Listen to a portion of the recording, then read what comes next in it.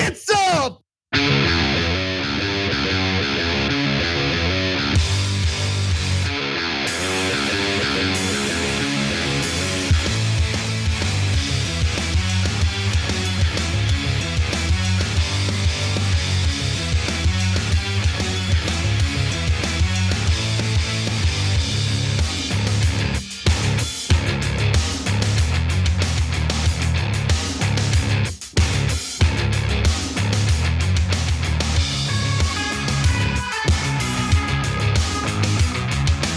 All right, welcome to the Young Turks. Cenk, Uygur, and Kasparian with you guys. You guys are gonna be shocked to find out that we have controversial opinions on today's show.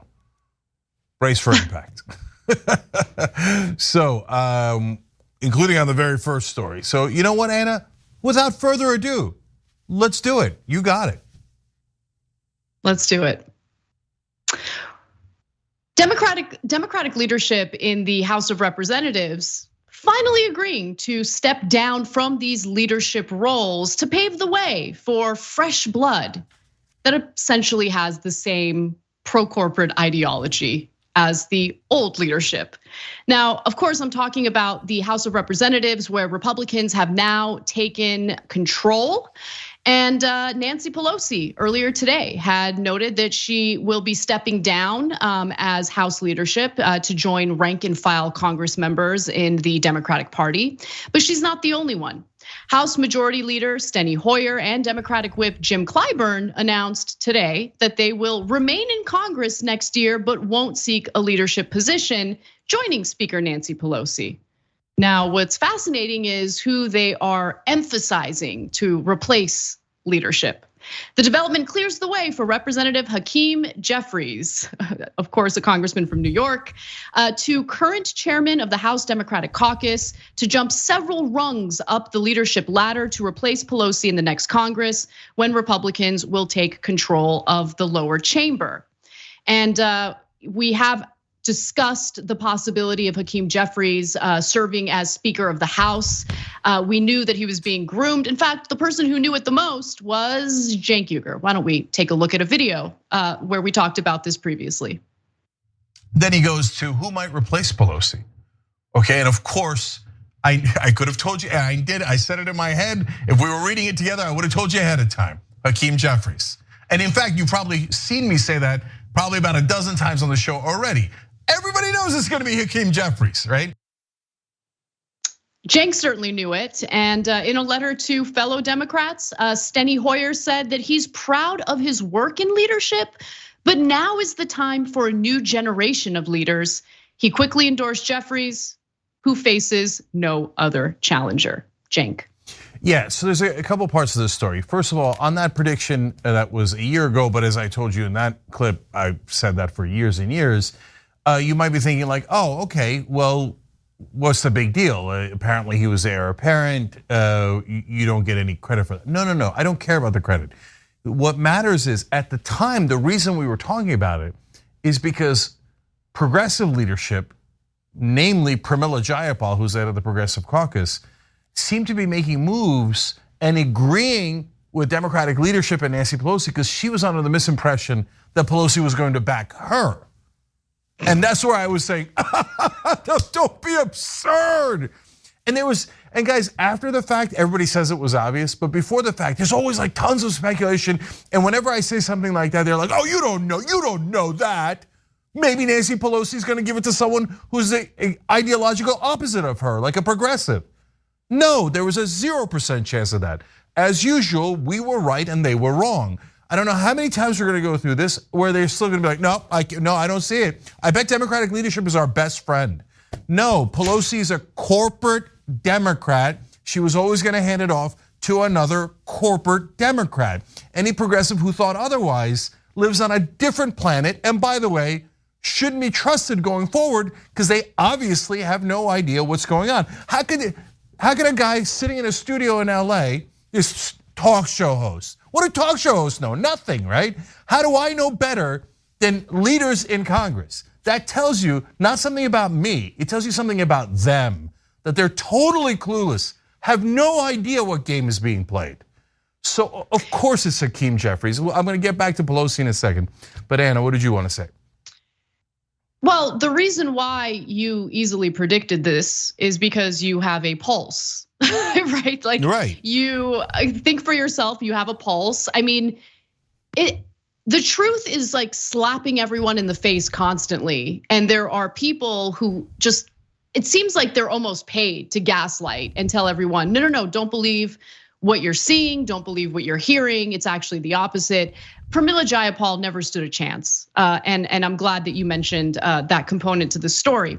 Now let's go to some other potential members of Congress that could be promoted to leadership positions. First off, in regard to Hakeem Jeffries, I think it's notable that Representative Joyce Beatty, who leads the Congressional Black Caucus, said that the group was likely to vote unanimously for Jeffries, who is a member of the Congressional Black Caucus, over any potential challenger, including Hoyer. I don't know how much of an impact that made on Hoyer's decision to step down from the leadership role, but regardless, he did it. Clyburn's announcement further, according to The Hill, paves the way for Jeffries. In addition to Jeffries, he endorsed the two other up and coming Democrats, Representatives Catherine Clark from Massachusetts and Pete Aguilar from California, who are expected to seek the number 2 and number 3 spots respectively. Cenk, Aguilar and Clark, maybe they're progressives. I don't know, you tell me. No, of course they're not progressives. It's team corporate that's winning here, as always in Washington. Okay, so look, the Pramila Jayapal had this strategy of quote unquote trust Biden, which was also implicitly trust leadership, trust Pelosi and Schumer, and that they were going to deliver Build Back Better and all the wonderful things that were in Build Back Better. Well, that strategy completely and utterly failed. They did not get Build Back Better. They got tiny little shards of it past an Inflation Reduction Act, but over 90% of it did not pass. So the strategy was wrong. The second part of it was, oh no, that's okay, Pelosi, if we're good to her and we just listen to her and we bow our heads, she's eventually gonna do what we want. And that strategy has now been proven definitively to also be a complete and utter failure. Now, does it matter if it's Hoyer or Jeffries? Is it personal in some way? Oh, we don't like Jeffries. No, it doesn't matter at all. Hoyer's a corporate Democrat, Jeffries is a corporate Democrat. I don't care which one of them it is. It's totally irrelevant. If you give me a progressive like Katie Porter, Jamie Raskin, someone who's progressive adjacent, then it could matter, right? But as long as it's a corporate Democrat, I don't have any beef with Hakeem Jeffries in particular. And what are you gonna do? Put like Gottheimer there? It doesn't matter. They all are gonna do exactly what the donors tell them to do. So should progressives vote for him? Of course not. There's literally zero reason to vote for him. They would do it, why? Out of politeness, and let's be honest, you just mentioned the Congressional Black Caucus, out of identity politics. Oh, you can't vote against someone who's black. Why? Doesn't it depend? What if it was Ben Carson? Why are we supposed to vote for him? And they say it with a straight face, like, no, you have to do it, doesn't matter, you should do it only based on skin color. Hard pass, no way. I don't care what their skin color is. I care what their policies are. I'm not gonna vote for somebody, and no progressive in their right mind should vote for a corporate politician that is gonna only serve their donors, what, because of the color of their skin? Look, they have absurd conversations like this in Washington, and they think, and then they yell at us and they try to gaslight us. Oh my God, are you saying something against minorities? I don't care about your gaslighting. Give me the policies that help minorities, not the policies that hurt minorities, but with a minority face on it. I'm not remotely interested. And by the way, everyone who votes for Jeffries, and for God's sake, is there one single person or one single progressive in Congress who has courage? You don't have to win the vote, guys, but you have to at least say, we don't want a corporate Democrat. They kill all of our policies. We want the opposite. But that's like, for every one of you that are watching me scream about this, you're thinking, Jake, that's so obvious. Why are you all animated, right? Watch, none of them are gonna run and none of them are gonna vote against Jeffries. They're all gonna say, oh, the person who I know will kill my bill, I'm gonna vote for him. How does that make any sense? It doesn't. It's just Washington, oh, etiquette and politeness and civility at the expense of their voters. So Jamal Bowman has already come out to say that he will in fact vote in favor of Hakeem Jeffries as the new speaker of that. Giant mistake. Jamal Bowman, we supported Jamal Bowman 100%. I love Jamal. He's a really good guy. He has good intent. You think Hakeem Jeffries is going to pass any of your bills you care about? No, I know you guys, you're shaking hands and hey, we got to do this and we got to do that. Really? For what? To what end? To what end? Is Hakeem Jeffries going to help you pass a single bill that is against donors? No way, 0% chance. And if you don't know that, I feel terrible for you. I know what I'm saying to the people inside the Washington bubble, it's heresy. We have to be super polite to the other powerful people. He's elite and the other elites want him. We would be so rude if we voted with our voters for someone else who would actually support our policies. And if you still think Hakeem Jeffries wants $15 minimum wage, Medicare for all of these bills that are progressive bills, you're nuts. You've learned nothing about politics.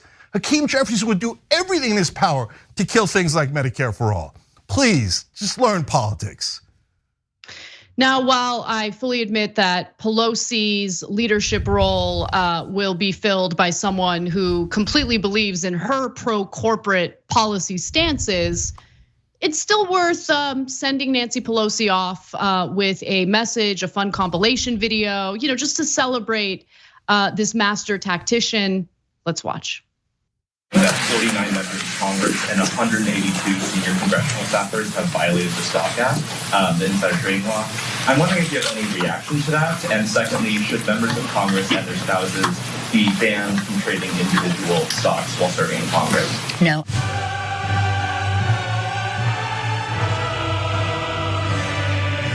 Later at the lunch, just maybe you might want to watch, I'm going to be reading a poem written by Bono. We're privileged to have a contribution from one of the great creative talents of our time, Lin-Manuel Miranda.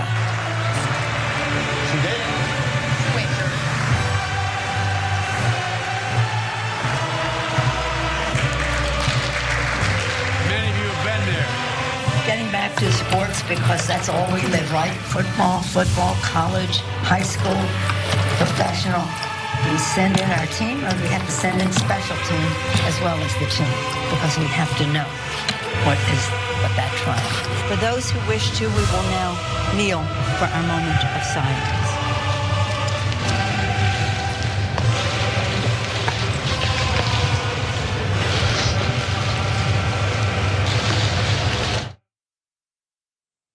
Nancy Pelosi, Democratic House leader for a long time, but not for a good time. Yeah, so guys. Final words, Cenk? Yeah, absolutely. So if you read a single article about Nancy Pelosi, and it doesn't matter where it is, even a Fox News host was like raving about her. Why? She delivered the corporate agenda perfectly. Why wouldn't they like her? I know the politics is, with the right wing bashes Nancy Pelosi, but that's just theater, okay? In terms of of 98% of the articles that you will read, or if you watch cable news, certainly in mainstream media, they will all tell you, Nancy Pelosi was amazing, historic, wonderful, amazing, the master legislator, the greatest ever. I mean, I read an NBC News article where they had about 40 quotes where they're all like, it's the greatest ever, unbelievable, win. And I'm like, okay, great. Show me what the hell you guys are talking about. What did she pass, right? What is she so legendary about? So first of all, they're like, did you know she was Speaker of the House twice? Yeah, I know. She was a leader of the Democrats for 20 years. Yeah, I know. So how long was she Speaker of the House? She was Speaker of the House 2 different times for a total of 6 years. Wait, I did the math on that. 20 years, and she was Speaker for only 6 of the 20. That means 14 out of the 20 years that she led the Democratic Party in the House, they were out of power. That's not a good record. That's 6 and 14. And then they say, well, she won historic wins in 2006. And then in Trump's midterm elections. Well, they're both midterms against deeply unpopular presidents. Anyone could have won those elections in a massive landslide. George Bush was at like 20%, like in the 20s in approval rating. Trump was despised by the country. Those were the easiest wins in political history. Look, if you don't know that, you don't know politics. Let's just move on. Okay, if you're just kissing her ass for the sake of kissing her ass, let's also move on. But lastly, they said, no, she passed historic bills. So I'm gonna read it to you from NBC real quick. They say Pelosi was a central player in passing the most significant laws in recent history. Okay, from President Barack Obama's signature health insurance measure. Obamacare was literally Romney Care. It was cooked up by the Heritage Foundation, which was a right-wing think tank, and they had a supermajority.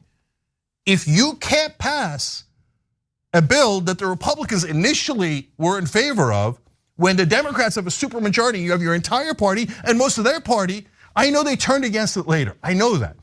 But it was their idea. If you can't pass that in a supermajority, there's nothing you can pass. That's the lowest bar in history. But everybody's like, oh, she was so historic. In what?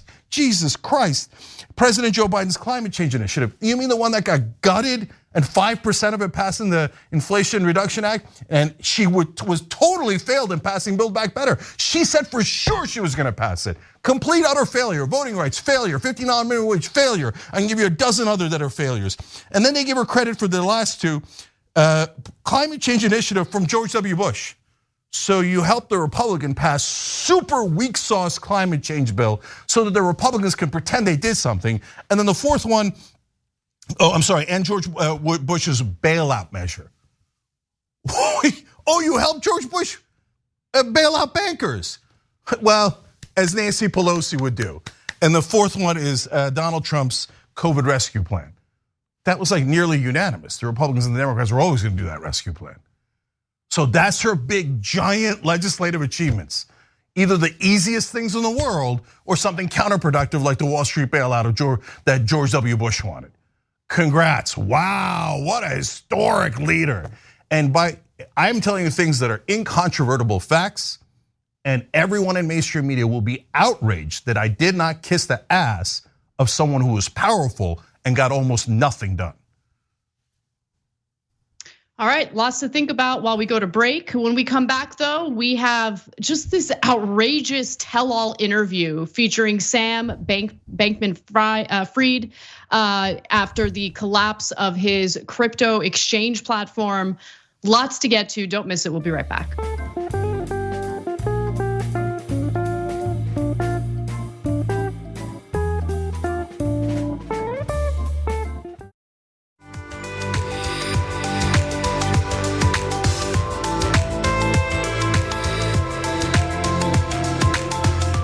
All right, back on TYT, Cenk and Anna with you guys, but also Shanti Naroon, Margot Munir, and Jeffrey Tucker. You guys are amazing, you're American heroes. Thank you for joining. They just hit the join button below on YouTube. You can do it at tyt.com/join. I'm gonna read one comment from a member. XX Nate Dog XX wrote in, this is why I love TYT. I was sick of seeing all the praise of Pelosi. TYT always tells the truth. And that's why like right-wingers, when they came for election night or Matt Gaetz, etc., and Larry Elder interview, they're all consistently shocked. They're like, oh, what? They're not just blindly and falsely praising Pelosi, Schumer, and Biden. They're actually telling the truth about both sides. Yeah, I know in American media to actually do the news and do it honestly is absolutely shocking. But yes, that's what we do here. All right, Anna.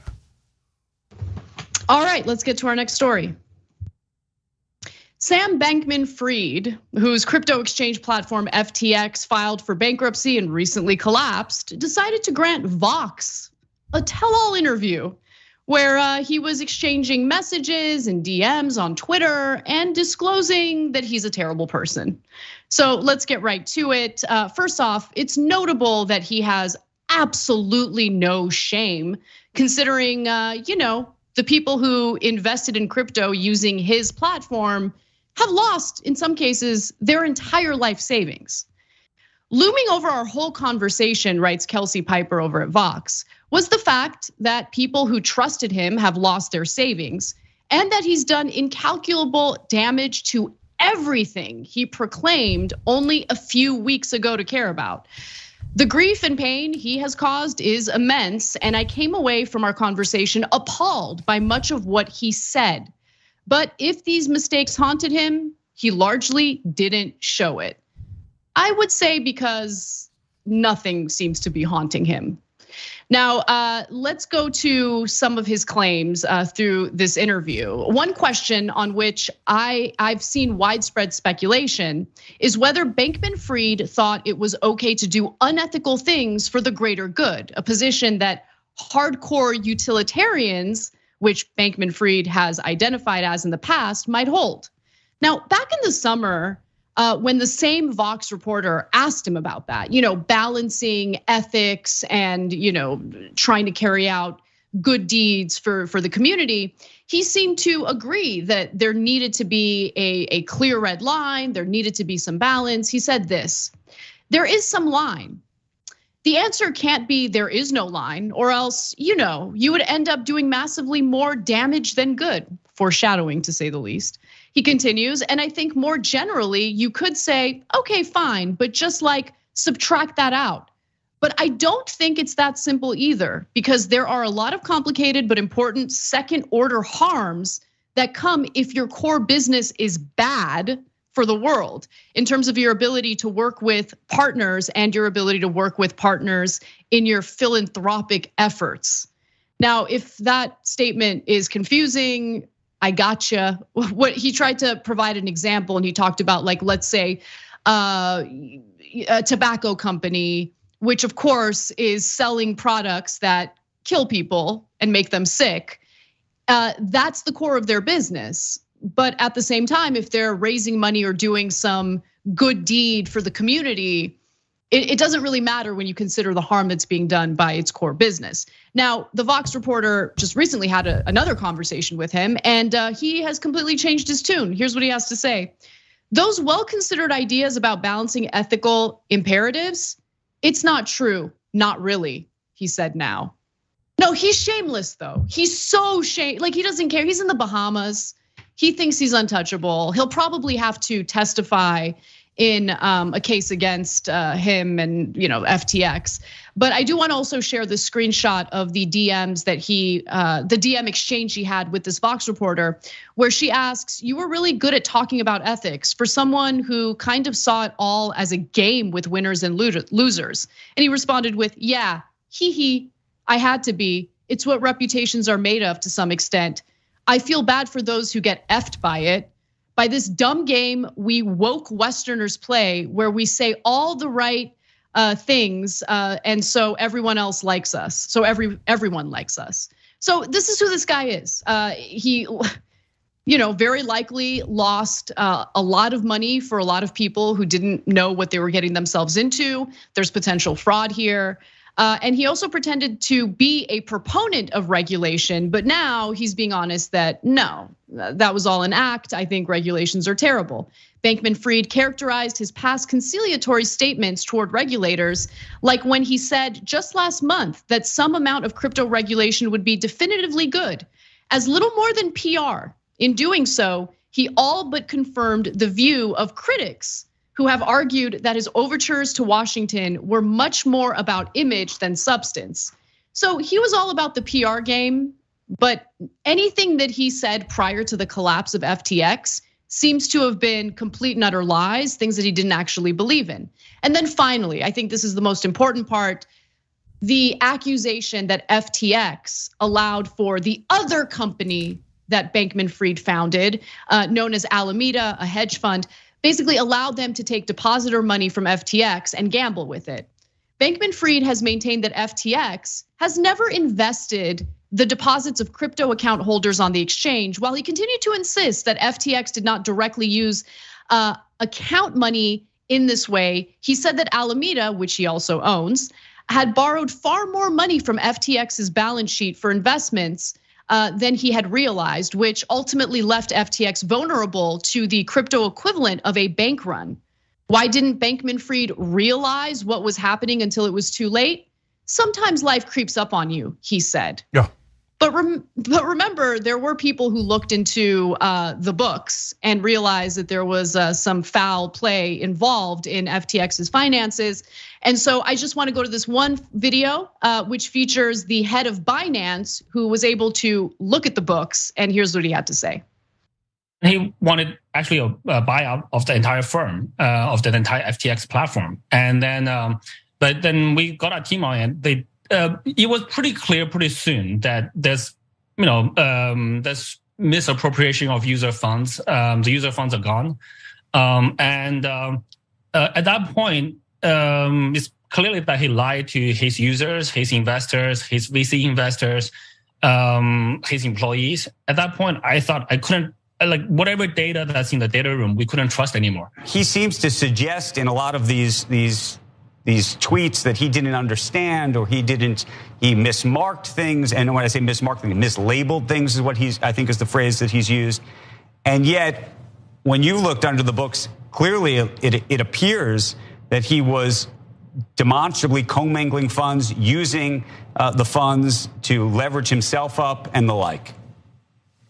Yeah, I think, look, I didn't do the due diligence myself, but I think it will be very, very clear that Sam knows that he was using the user funds to do trading for Alameda, and he has been probably doing this for quite a while that nobody else knew. Yeah, okay, first of all, that's CZ. He's a main competitor of Bankman-Fried. Don't trust him either, okay? Don't trust any of them. I'm gonna explain why in a second, okay? We're going to show you how widespread it is. There's way more problems here than even what we've shown you so far. So, but first, I just want to make sure that everybody understands the scheme that that Sam Bankman-Fried did. So he's got FTX. You guys are putting your money into FTX, and then he's got Alameda where he gambles. He's got a hedge fund. He's making investments. He's going to keep the profits of this, right? So he can't take your money and put it into Alameda so that he can make his own money. That's wrong. That's illegal, right? But he says, no, I didn't take your money from FTX and put it into Alameda. I took your money from FTX and lent it to Alameda. And Alameda was gonna pay you back after I made all the money off of your money. No, that's still illegal. That's not a thing. Oh, technically I didn't give it to Alameda, I lent it to Alameda. Okay, great, then Alameda give it back. Oh, we don't have it, we lost it. That's the same exact thing. That's called a robbery, okay? So when you look at the exchange that he had with the Vox reporter, his lack of morals is shocking. Even in this field, he has no moral core at all. He doesn't care about the people he ripped off 1%. He talks about other executives at his company who are feeling ashamed, and he's like, I don't get it. I don't know why they're feeling ashamed. Because you guys cost people $8 billion. And he thinks, yeah, well, they're stupid to trust me, suckers, idiots. Right? Who would trust somebody in crypto? Who's that dumb, right? And so that seems to be his attitude all along. So how about you said, oh, you're giving to Democrats because you care about regulation. No, he's lying about it. I hate regulators. So you were doing it for PR? Yeah. All you're talking about ethics. Was it for PR? Yeah, of course. Who believes in ethics? Nobody believes in it. By the way, when he says no one in this industry believes in it, we're all doing it for reputation. That's the only thing that I believe him on. Of course. Yeah, before it blows, now that it's blown up, our media is like, ha, can you believe that? Before it blew up, everybody's like, oh no, what a revered figure. Look at him, oh, he cares so much about ethics. Let me print about all these propaganda articles about how ethical he is. Did you guys all retract that and say, sorry, we were morons, we got played by an obvious fraud? No, they still do the same thing for other powerful people. So, and then that line about the Westerners, what he's saying there, and you take it for however you want to take it, right? But he's saying people like CZ, the guy that was on there burying him on CNBC, he's like, look, man, they have a different attitude. They don't even bother caring about ethics. I don't know if that's true, but that's what he's representing, right? And he's like, whereas we in the West, if you see somebody that works in finance and crypto, et cetera, in the West, assume that we're obviously lying to you about caring about ethics. And guys, what are you doing in crypto? You're giving your hard-earned money, a lot of times your entire savings, to people who have no moral core and brag about it. Why would you do, like the very last person you should trust with your money is a guy who thinks ethics is a joke. Of course he's gonna rob you, of course. But they're like, oh no, there's no regulations. Regulation is just another word for law. There's no laws to protect me. And no, the democracy won't help, the government won't help, nobody will help. And all of these guys are the most morally bankrupt people in the world. So why don't I just trust them with nothing to protect me? Insanity. So I wanna read you two more quotes from the exchanges. In one text, he says, most exchanges did some varying on what we did, just not as big and without the run on the bank, at least recently and more intentionally. So is it possible that the other exchanges are doing the same exact kind of criminality as he did? Yes, it's enormously possible. So buyer beware, if you're one of those libertarian dudes who saved up like $20,000 and that's your lifetime savings, and you're like, oh, I bet if I give it to one of the most corrupt people in the world, but I'm sure it's just him. But the other guys in crypto are not at all corrupt. I'll just trust them without any protection at all. All right, look, we try to warn you. We try to warn you 1,000 times. Go for it, see how it turns out. And then finally he said, oh, it looks like people wired $8 billion to Alameda, and oh God, we basically forgot about the stub account that corresponded to that, and so it was never delivered to FTX. He's saying, we forgot to check the $8 billion people sent to Alameda thinking it was going to go as an investment of theirs to FTX. We never even put it into FTX. We never even bothered to check. $8 billion. And he says it so casually, like, oh yeah, we forgot to transfer the $8 billion, as if he's talking about $8. Because he doesn't care about you. All of those crypto guys look at their investors as the biggest suckers in the world that just came to get robbed. They're like, oh, look at this, we set up a shop to do a robbery, and all these people showed up and said, here, please rob me, please rob me. There's no laws, no rules, no protections, no regulations, please rob me. Okay, well, you asked for it and he robbed you. All right, there is a story breaking right now regarding the New York Times and an attack on the New York Times. We will get you the details of that story when we come back in the next break, after the next break. But first, I wanted to get to one other story that has to do with legislation that just passed in Congress. So let's discuss.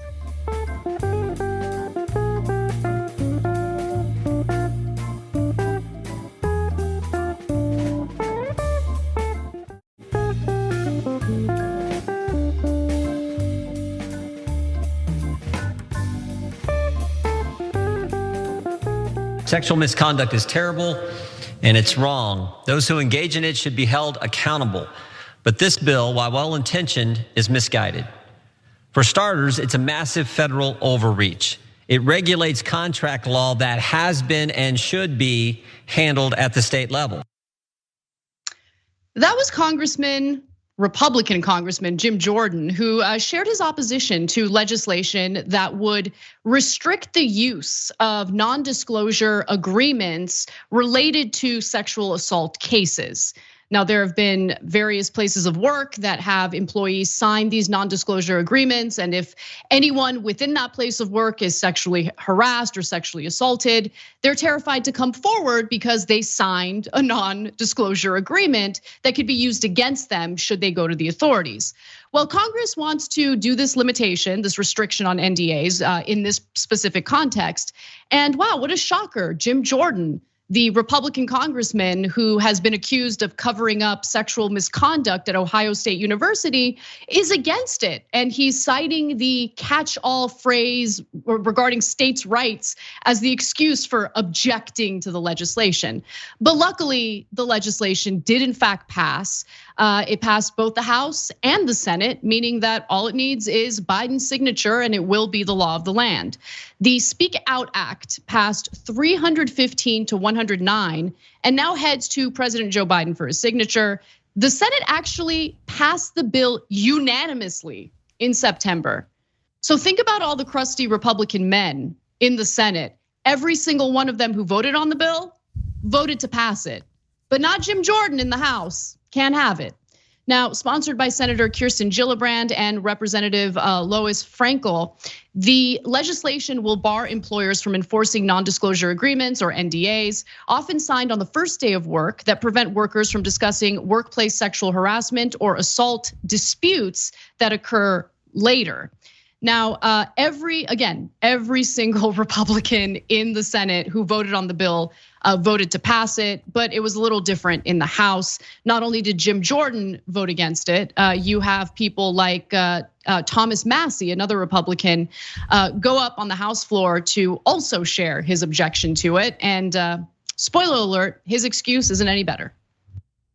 This is a difficult bill to debate. It sounds good. And I believe the intentions of the other side of the aisle are good as well. Nobody should be subjected to sexual harassment. But there's a problem. We are legislating outside of our domain. We are violating states' rights in doing this. Violating states' rights, Cenk, because if some states want to protect employers who provide cover for sexual misconduct in the workplace, they should have the right to do it, depending on which state they're in. What a stupid argument. Yeah, well, it's just a fig leaf. So let me explain. Yeah. So first, I think NDA conversation is a little bit more complicated than people generally engage in media. But this point is not at all complicated. So if you are just joining a company and they have you sign an NDA saying you will not talk about sexual harassment that you might suffer later, well, obviously that doesn't make any sense. I mean, why would you agree to your own sexual harassment? It's absurd. It's absurd, right? So that's why even Ted Cruz, even like the most vile creatures, Lindsey Graham, et cetera, on the Senate side were like, I mean, Jesus, it's so hard to argue against this. Fine, we'll vote for it. Yet 109, whatever adjective you want to attach to them, terrible people in the House on the Republican side were like, yeah, no, we think you should be able to make sure that if you sexually harass people, that you get them to sign something ahead of time, banning them from ever talking about it. That'll show them. Ha ha! Now, why do they do that? Is it because they're evil? Well, that's a good argument, but no. It's because their donors are all corporations, and the corporations want the NDAs. So the corporations told the Republicans, I don't care what you say or why you're saying you're voting against it, but you're to vote against it. You are my servant. And so Jim Jordan and the others come out and go, oh yes, sir, absolutely, sir. And so they can't say, hey, I got paid, I got bribed to vote against this. So they have to make up something, right? So they just pick any random right-wing buzzword. In this case, states' rights. Now, are there things that the federal government does all the time that impinge on states' rights states' rights to regulate contracts? Yeah, all the time. Interstate commerce, you can name dozens, hundreds of examples. It doesn't have to be true. You just have to go out and do a speech, go, states' rights, yeah, that's why. Not the bribe, no, states' rights. And right-wingers will come out and voters and be like, oh yeah, no, you gotta get sexually harassed because of states' rights. And then you have to give away all your rights because of states' rights. And that's how this game is played. That's how this game is played. It is infuriating. But at least you can see what people like Jim Jordan stand for. And I just want to give you a quick refresher on what I was referring to when I referenced the accusations against Jim Jordan when he was an assistant wrestling coach over at Ohio State University. Some of the wrestlers came forward and said that Jim Jordan knew that the doctor, the athletic physician at the university was engaging in sexual misconduct with the male wrestlers, and he wanted nothing to do with it, meaning he didn't want to report it, he didn't want to help the wrestlers. Former wrestler, let's go to graphic 6 here. Former wrestler Mike DiSabato told NBC News that before going to the university with the molestation charges, he reached out to Jordan, who told him, please leave me out of it. At the end of the day, he is absolutely lying if he says he doesn't know what was going on. Another former wrestler, Dunyasha Yates, said that he and others had explicitly told Jordan about Strauss, meaning Richard Strauss, who was the team doctor. Now, Richard Strauss later took his own life and was not brought to justice. And it appears that because of the fecklessness of our criminal justice system in regard to people in positions of power, Jim Jordan probably isn't gonna face any consequences either and will not be brought to justice.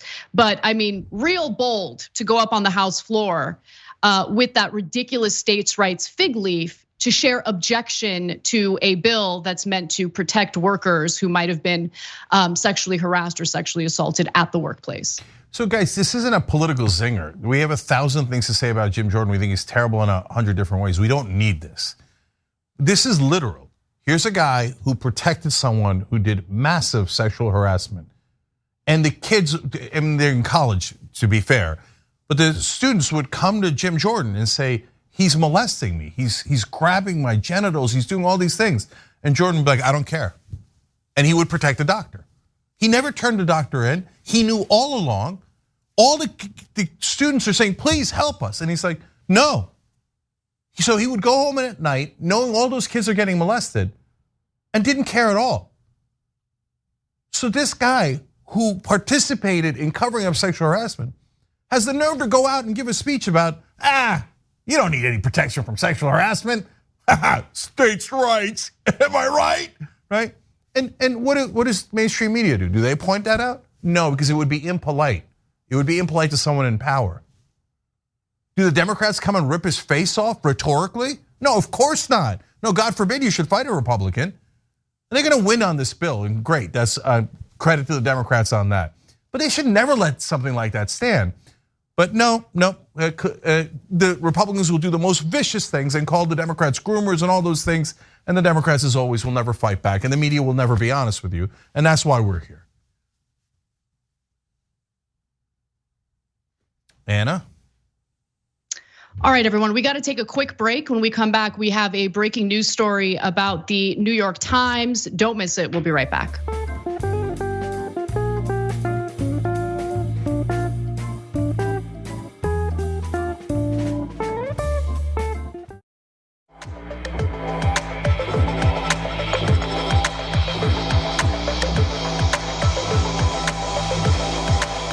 All right, back on the Young Turks, Cenk, Uygur, and Kasparian with you guys. I got the next story. So Pete Sessions is a Republican in Congress, and he has found something abhorrent, just awful, one of the worst things you've ever seen in your life. It's so bad, he compared it to slavery. Wow, what is going on in America that is so bad that it's the same as or similar to slavery? Well, let's find out. The product is being marketed, the product is being sold, the product is being advocated by people who are in it to make money. Slavery made money also and was a terrible circumstance that this country and the world went through for many, many years. Because the people in the marijuana business are trying to make money. So first, before we even get to the slavery part, can I just ask Congressman Sessions, which industry isn't trying to make money? So if that's your standard, will the oil companies try to make money? Are they the same as slavery? No, you kiss their ass 24/7. Oh my God, we gotta drill more, we gotta give more subsidies to the oil companies who are my top donors. Well, what they're trying to make money, Pete Sessions, isn't that the same thing as slavery?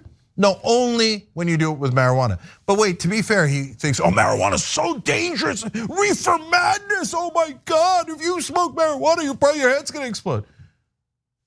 Oil is causing climate change, which might end life as we know it on the planet. You think marijuana is worse than that? And of course he does, because he doesn't get paid by the marijuana industry, he gets bribed by the oil industry. So that's why. Now to the slavery point. I mean, guys, they have no shame at all. Look, I hate to say it, and it's gonna trigger some people, and so I'll give you a warning on it. But in slavery, they would whip people and the skin would come off the back as you did the whipping. They would lynch people and then burn them and then take their body parts as memorabilia. They did picnics around lynchings. And this guy thinks smoking a joint is the same thing? Republicans have no shame at all. Guys like him have no morality whatsoever. Here, let's give you more from this clown. And drugs are crippling, they cause addiction, they cause crime, and they cause mental issues. During my lifetime, we've gone to where we stopped allowing cigarette smoking in public, but now openly allow marijuana to be just used all over the place in communities that cause harm. Now, a lot of drugs are very dangerous, like fentanyl. It's a disaster for the country.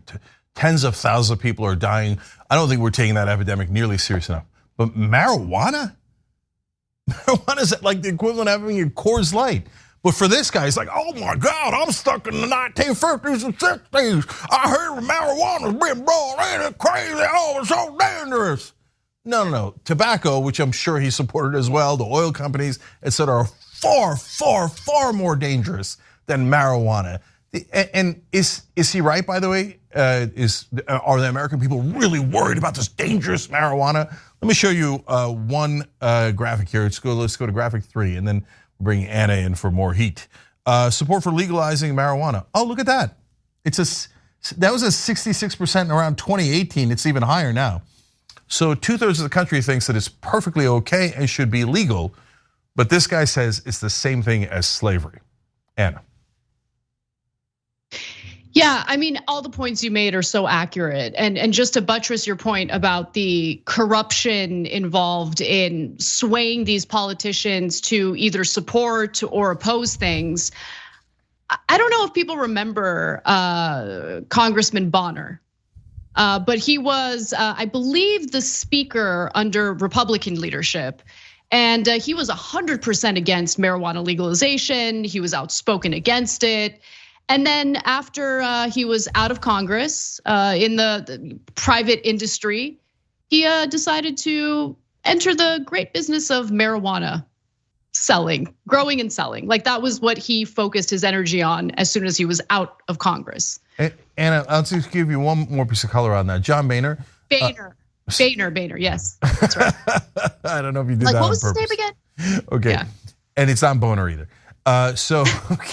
So Boehner would, before a vote on tobacco, literally went to the floor of the House and started handing out checks from the tobacco lobby. That's a documented fact. So the guy was like, oh, marijuana, so did you smoking it? Oh my God, that's gonna ruin your lungs. Here's checks from the tobacco industry. Everybody remember to vote yes on tobacco, okay? And then he gets out and he's like, oh, I was lying about tobacco versus marijuana. It doesn't matter, marijuana's not paying me. Tobacco was paying me before, now marijuana's paying me. Great, then marijuana's great. That's how these politicians are. American media lies to you 2,000%. The politicians are not honorable people having debates about policy. They're all liars and they're all crooks. All right, we have one more story to get to before we take a break. And this one just gives you a sense of all of the players involved in this private healthcare system. And we need to defeat every single one of them if we want a healthcare system that actually works on behalf of people and keeping them healthy. So.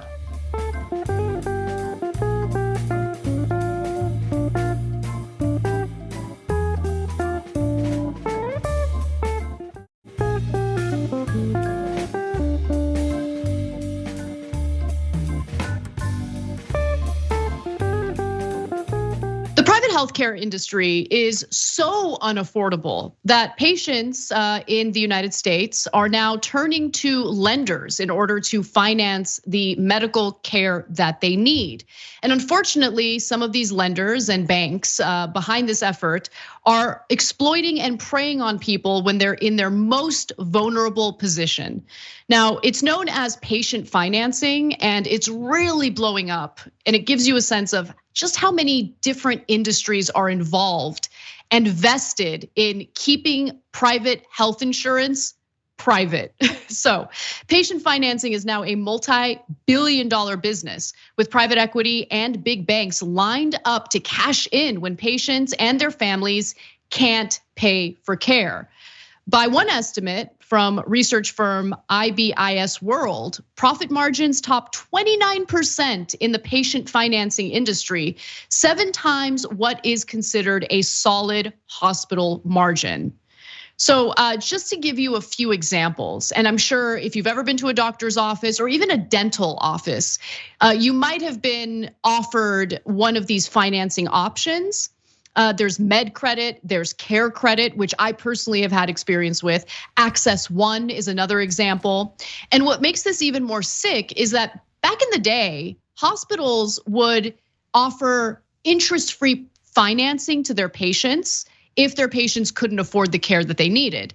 Now, hospitals are increasingly turning to lenders to handle the billing process and the financing process. And along with that comes incredibly high interest rates that dig people deeper and deeper into debt that they can't get out of. And it gets to the point where if they're not paying back their debt, their wages get garnished, their tax refunds get garnished. It's really a disgusting system that only gets worse. Now, Let's talk about how this all works out. Now, millions of people are paying interest on these plans on top of what they owe for medical or dental care by, and this is something that they found through an investigation done by Kaiser Health Network and NPR. Even with lower rates than a traditional credit card, the interest can add hundreds, even thousands of dollars to medical bills and ratchet up financial strains when patients are most vulnerable. In fact, take a look at this graph because it gives you an example of just how much debt increases. So what you're looking at right now is a graph that shows the impact that patient financing has had on the debt of patients in the University of North Carolina health system, which uses lender Access One. And the interest rate is 13% for the patient's financing through Access One. And the interest can also pile on debt. For instance, someone with a $7,000 hospital bill who enrolls in, like, let's say a 5-year financing plan at 13% interest, they have to add on another $2,500 in interest payments just to settle that debt. And patients enrolled in a care credit card from Synchrony Bank, the nation's leading medical lender, face a nearly 27% interest rate if they fail to pay off their loan during a 0 interest promotional period. The high rate hits about 1 in 5 borrowers, according to the company. Now, I have personal firsthand experience with this. Back in 2009, when I needed to get some major dental work done, but I didn't have the money to pay for it out of pocket, I was offered the option to finance through Care Credit, and it had that 1 year promotional interest-free period. Had I not paid within that period, my interest rate would have shot up to 24%. And so luckily I was like living at home with my parents at the time and was able to pay it off within a year. But many Americans are not so lucky. And so it takes a bad situation with this privatized, astronomically priced healthcare system and makes it even worse because the vultures come in and they prey on the most vulnerable by trying to, take even more money out of them through the interest payments. So this is a picture perfect look into predatory capitalism. So I have a unique perspective on this because I don't just host a show, I run the company. So I know the business perspective. And from the business perspective, everything is numbers. So let me explain the horror of how they calculate these numbers in this industry. So they say, all right, look, if we do 0% interest in the first year, how much would we have to charge to make the 29% margin, which is a giant margin, right? And some charge all the way up to 27% interest. Now, when they do that, they have to calculate in their spreadsheets how many people are going to go bankrupt because they know for a fact that tons of people, a certain percentage of the people, will not be able to pay an interest that high. That's why it's predatory. And they know it for a fact. Then they have to put into their spreadsheet, oh, okay, whatever percentage it is, 20%, 40% will not be able to pay. Then they put a second line in. How much will they be able to pay back before they go bankrupt? So they know that they're gonna drive these people who had this health condition into bankruptcy. And they've got a number in their spreadsheet somewhere. It's 40,000 people, 80,000 people, whatever the number is. And they go, oh yes, we are going to charge them an interest rate so high that we will make a lot of money, but we will destroy their lives. And they go, okay, great, the math works on it, let's do it. And then they show that math to investors like private equity, hedge funds, etc. And not all those guys are bad guys, but the guys who funded this industry, they look at that and go, oh, so that many people are gonna go bankrupt and lose their house and lose their dignity, their respect, get their family hurt, and we're gonna make a 29% margin. Those numbers look good. Here, let me give you money to do that. And all of that happened. And did you hear the press in America, the mainstream media going, can you believe this? This is outrageous. Look at how they're robbing you. Look at what they're doing to you. Nope, the band plays on. Yeah, no, exactly. But what I like about this story, and credit to NPR for doing this investigative report. We are critical of mainstream media oftentimes, but they do sometimes produce these investigative reports that are illuminating and give you a sense of just how many players are involved in this privatized healthcare system. And it's important to know that because when it comes to dismantling a private healthcare system, when it comes to advocating for, let's say, a single payer healthcare system, which would be far better for the patients in this country, it's important to know that it's a whole industrial complex. Because it's not just about the private health insurance companies, it's not just about the pharmaceutical companies, it's also about the banks, it's about the lenders who also make money off of preying on vulnerable people. And so there is a massive mountain to climb when it comes to fixing our healthcare system. And it isn't so easy as to just doing away with private healthcare. It has a lot to do with all the other industries involved in profiting off of the pain and suffering of American patients. Yeah, and so I want to give credit to NPR here because this is a terrific piece. So, but then if you're wondering, why do you ever criticize NPR if they do a terrific piece like that? Good question. If this is the kind of stuff that NPR did exclusively, then I wouldn't criticize NPR. I'd love NPR, right? Because this is great. But I guarantee you that if a progressive went on air, which is barely ever happens on NPR, but if they allowed a progressive to come on air and they criticized the Democratic leader for taking campaign contributions from medical loan sharks just like this, that they did a great story exposing, I guarantee you NPR hosts would say, oh, that's outrageous. No, you're talking about how these are bribes and these good Democrats are taking money from these. No, you don't, that's very uncivil. Don't say it, don't say it. So if this report was the rule in NPR rather than the exception, then I would love NPR, but it's definitely the exception. Well, that does it for our first hour. We're gonna take a brief break. When we come back for the second hour of the show, we've got more news for you, including yet another bomb threat at Boston Children's Hospital. That and more coming right up.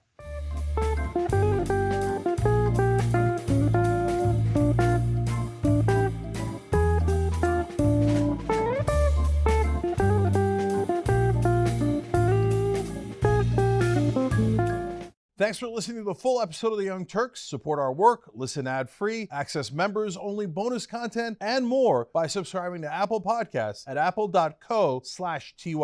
I'm your host, Cenk, and I'll see you soon.